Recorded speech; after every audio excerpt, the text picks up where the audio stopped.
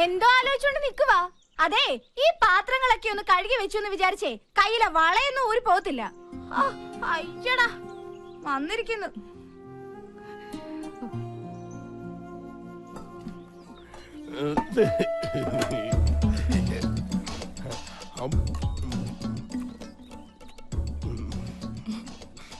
എന്താ പേര്?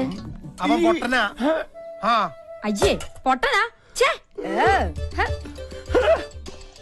എന്തത് ആനൂട്ടോ? ലക്ഷ്മി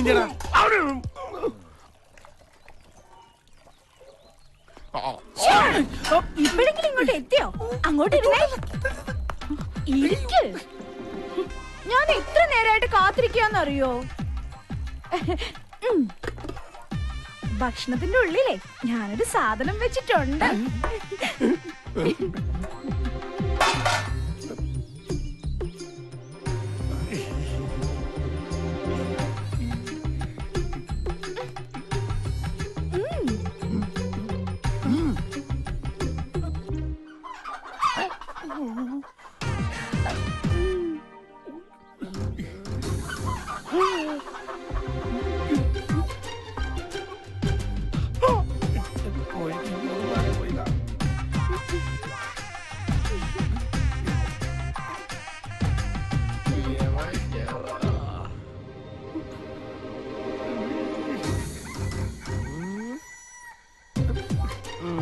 ഇതിനാരടിയിരിക്ക?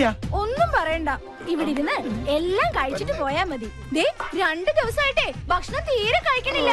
ഞാനിതൊന്നും അറിയുന്നില്ല. വേണ്ട വേണ്ട വേണ്ട, ഇരുന്നോ കഴിച്ചിട്ട് എഴുന്നേറ്റാ മതി. ആദിത്യ, ഇത് വെറും കോഴിമുട്ടകളല്ല, അനുരാഗ മുട്ടകളാണ്. ദൈവത്താണ് ഈ മുട്ടയൊന്നും ആന്റണി ഇട്ടതല്ലെന്നറിയാം. ആദിത്യ, 2 പേർക്കും ഇഷ്ടമാണെങ്കിൽ നമുക്കിതങ്ങ് നടത്തി കൊടുക്കാം അല്ലേ?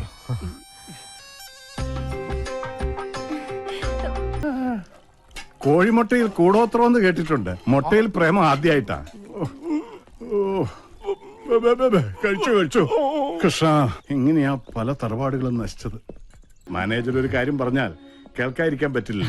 അതുകൊണ്ട് ഇന്നു മുതൽ തറവാടിനുള്ളിലെ കാര്യങ്ങൾ ശ്രദ്ധിച്ചാ മതി. എന്താടോ പോരെ? മോനെ ആദി, അപ്പന് പറയാനുള്ളത് പറഞ്ഞു. എടാ, എനിക്ക് അവളായിട്ട് യാതൊരു വിധ ഇതില്ലാന്ന്. അപ്പൊ ആനണിച്ചന്റെ പാത്രത്തിൽ 8 മുട്ട എങ്ങനെ വന്നു? മുട്ട നിന്റെ തന്തടാ. വർമ്മ സാർ പറഞ്ഞപ്പോഴാണ് ഞാൻ ഞെട്ടിപ്പോയത്. എടാ ആദി, വർമ്മ സാറിന് ഒരു സംശയം തോന്നിയതാവാം. നീ അപ്പം പറഞ്ഞ് വിശ്വസിക്കാൻ. മുട്ട എങ്ങനെ വന്നേ? എന്റെ അമ്മേ. മോനെ, ലക്ഷ്മി എന്നെ വല്ലാതെ തെറ്റിദ്ധരിച്ചിരിക്കുക. തെറ്റിദ്ധരിച്ചല്ലോ, മുട്ട സഹിതമല്ലേ പിടിച്ചത്. 2 or 3 ആണോ? 8 മുട്ട. മോനെ, നീ അമ്മയൊന്ന് കാര്യം പറഞ്ഞ് മനസ്സിലാക്കുക. അപ്പന്റെ പ്രേമം അമ്മയെ പറഞ്ഞ് മനസ്സിലാക്കാൻ സ്വന്തം മകനെ ഏർപ്പാടാക്കുന്ന ഇത്രയ്ക്കും വൃത്തികെട്ട ഒരു അപ്പൻ ലോകത്തെങ്ങും കാണില്ല. ഇത്രയും പ്രായപൂർത്തിയായ ഒരു അപ്പന് പറ്റിയ പണിയാണോ ഇതൊക്കെ? മോനെ ആദി, നീ എന്നെ ആദി പിടിപ്പിക്കരുത്. എല്ലാം പോട്ടെ, സ്നേഹിച്ച പുരുഷന്റെ കൂടെ സ്വന്തം കുടുംബം വരെ ഉപേക്ഷിച്ച് ഇറങ്ങി തിരിച്ച് എന്റെ അമ്മ ഇതെങ്ങനെ സഹിക്കും? എന്റെ പേടി അതല്ല, വീട്ടിൽ കാശ് കിട്ടാനുള്ളവർ വരുമ്പോ ലക്ഷ്മി അമ്മ പറയുമായിരുന്നു മരിച്ചു കളയുന്നു.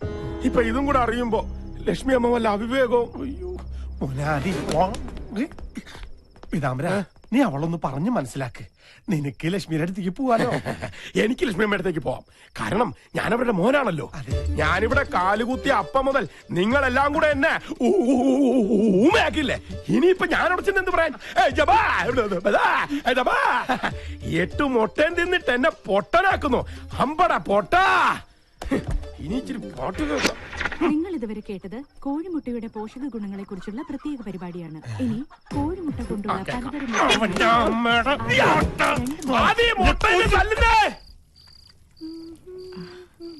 അയ്യോ, ഇതൊക്കെ ഞാൻ ഒറ്റയ്ക്ക് ചെയ്തോളാം ചേച്ചി.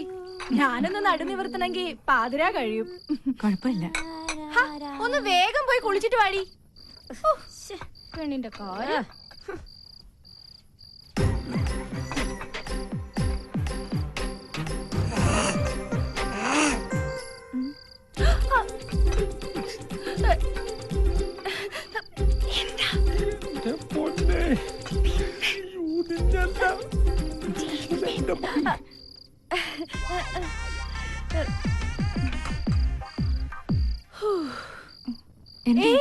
എന്തോരം ജോലിയാ ചേച്ചി.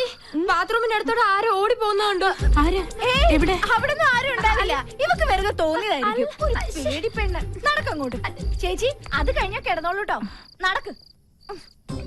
നടക്കാൻ പറയട്ടെ.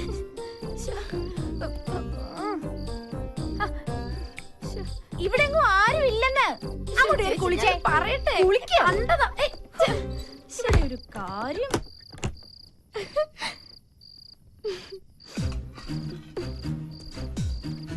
ലക്ഷ്മി, ലക്ഷ്മി, ലക്ഷ്മി, ഇവിടെ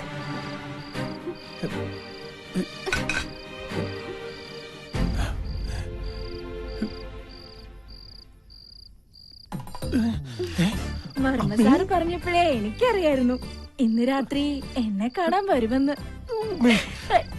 നീയും വർമ്മ സാറും കൂടി എന്നെ വറുത്ത് തിന്നടി. ഞാൻ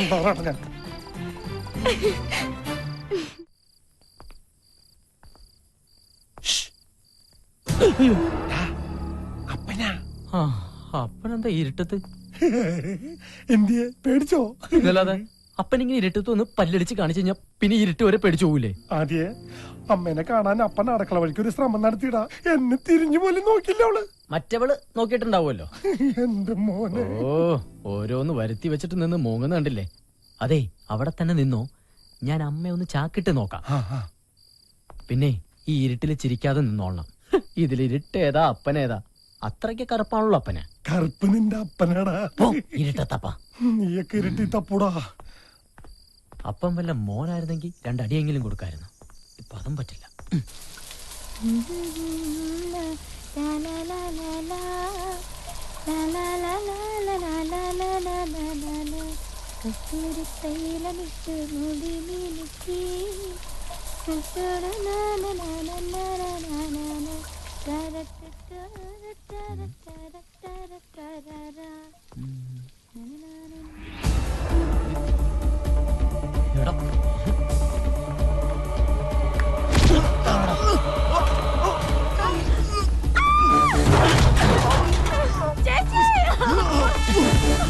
പിള്ളേര് കുളിക്കുന്നത് അതിന് പുറത്ത് തരണം. ഇന്നത്തോടെ നിർത്തി തരണം നിന്റെ മൊബൈൽ ഗെയിം.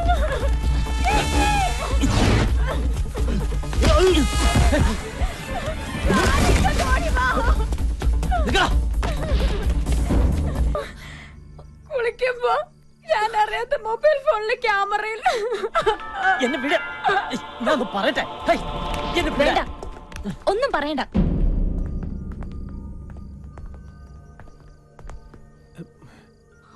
എല്ലാരും ഉറങ്ങ. മോളെ,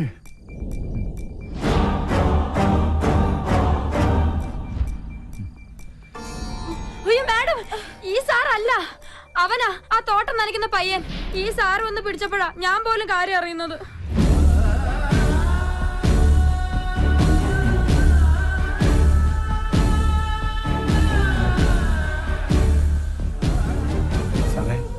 പിഴച്ച വഴിക്കൊന്നും പോവില്ലെന്ന് ആന്റണിക്ക് ഉറപ്പുള്ളതുകൊണ്ടാ ഞാൻ ആദ്യം സാറിനെ പരിചയപ്പെടുത്തിയത്. സാറിന്റെ മകൾ ഇവിടുത്തെ രാജകുമാരിയാണെങ്കിൽ ഈ നിൽക്കുന്നത് ഞങ്ങളുടെ രാജകുമാരനാ.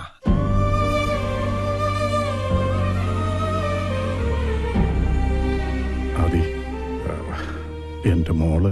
സാറത് കാര്യമാക്കണ്ട. സ്വന്തം നാട്ടുകാരന് തല്ല് കിട്ടിയപ്പോ ഇദ്ദേഹത്തിന് വേദനിച്ചിട്ടുണ്ടാവും.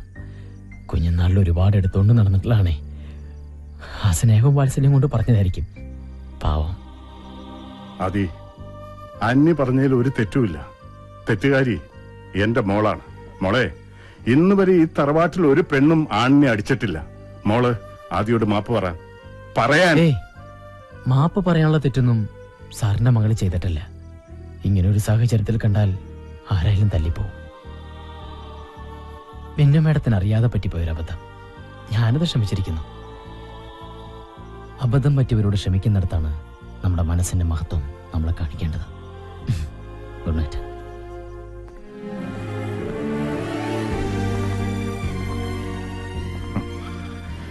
ഇതുപോലൊരു മകന് ജന്മം നൽകിയ അച്ഛനും അമ്മയും സുഹൃതം ചെയ്തവരാണ്.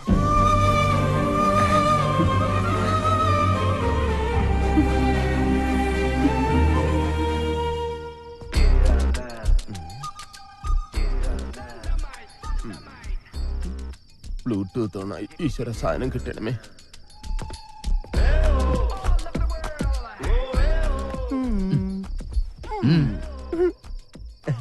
അതെ, ഞാൻ ബ്ലൂടൂത്ത് ഓണാക്കി അതെന്റെ ഫോണിലേക്ക് അയച്ചാ എന്ത് ഒന്നും അറിഞ്ഞൂടാത്തോല ആ കുളിസി. ദേ, അത് കഷ്ടപ്പെട്ട് പിടിച്ച പാവ നിർമ്മാതാവ് ജീവനും കൊണ്ട് എങ്ങോട്ടോ ഓടി രക്ഷപ്പെട്ടു. ഇപ്പൊ ഒരു അടി വാങ്ങിയിട്ടാണെങ്കിലും അതിന്റെ വിതരണാവകാശം ആദിത്യവർമ്മയ്ക്കാണല്ലോ. ഇനി അതിന്റെ സാറ്റലൈറ്റ് അവകാശം എനിക്ക് തന്നോളൂ. നീ പോ.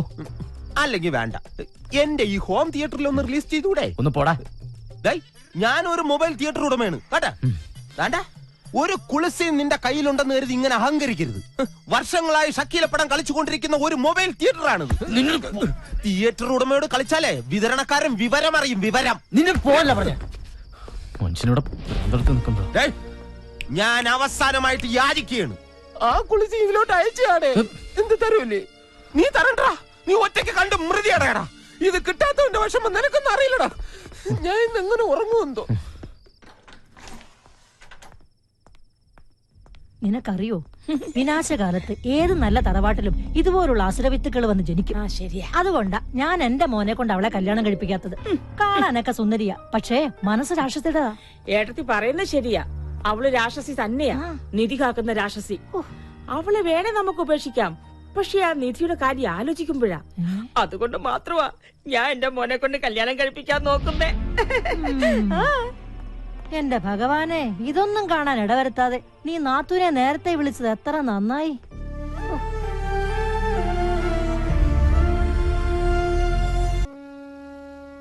പറയണത് ഇഷ്ടമാവുന്നില്ലെങ്കിൽ ഞാൻ പോവാം. എനിക്കെന്തോ കുട്ടിയെ ഓർത്തിട്ട് കിടന്നുറങ്ങാൻ തോന്നിയില്ല. നമ്മുടെ കണ്ണു നിറയുമ്പോ സ്നേഹത്തോടെ കണ്ണീര് തുടച്ചു തരാൻ ഒരാളുണ്ടെങ്കിൽ കണ്ണു നിറഞ്ഞതിന്റെ കാരണം നമ്മൾ മറന്നുപോകും. പക്ഷെ അങ്ങനെ ഒരാളില്ലെങ്കിൽ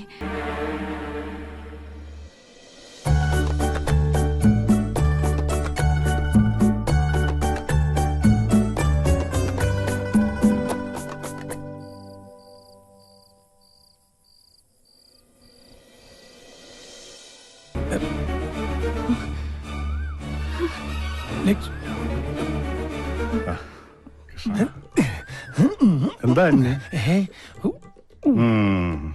ലക്ഷ്മിയെ കണ്ടപ്പോ ലീലയെ വേണ്ടാന്ന് വെച്ചോ? നീ തിരിച്ചയക്കാൻ നോക്കിയ ആളല്ലേ? ലക്ഷ്മിയുടെ ചില രീതികൾ കാണുമ്പോ എനിക്ക് എന്റെ ഭാഗ്യലക്ഷ്മിയെ ഓർമ്മ വരുന്നത്. ഇവൾ ലക്ഷ്മിയല്ല അന്നി, മഹാലക്ഷ്മിയാണ്.